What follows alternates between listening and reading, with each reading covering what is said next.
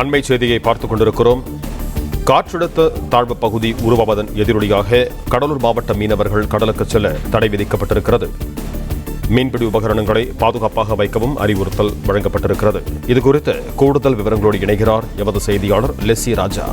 வணக்கம் லெஸ்ஸி ராஜா, உங்களிடம் இருக்கும் தகவல்களை பகிர்ந்து கொள்ளுங்கள்.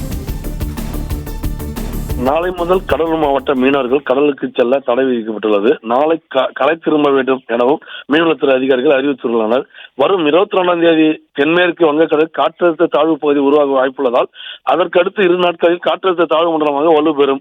இதனால் தமிழ்நாட்டில் 10 மாவட்டங்களில் இன்று கனமழைக்கு வாய்ப்புள்ளதாக இந்த நிலையில் இந்திய வானிலை மைய அறிவிப்பின்படி வங்கக்கடலில் நாளை மறுநாள் முதல் காற்றழுத்த தாழ்வு மண்டலம் உருவாக உள்ளதால் கடலூர் மாவட்டத்தைச் சேர்ந்த 49 மீனவ கிராமங்கள் இன்று நாளை இரவு முதல் மறு அறிவிப்பு வரும் வரை மீனவர்கள் யாரும் கடலுக்கு மீன் பிடிக்க செல்ல வேண்டாம் என்றும் ஆழ்கடலில் மீன்பிடிப்பில் ஈடுபட்டுள்ள அனைத்து படகுகளும் நாளை இரவுக்குள் கரை திரும்புமாறு கேட்டுக்கொள்ளப்படுகிறது.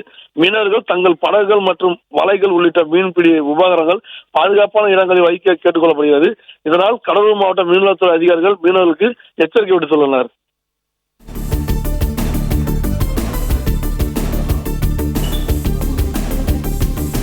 நன்றி லெஸ்ஸி ராஜா, உங்கள் தகவல்களுக்கு.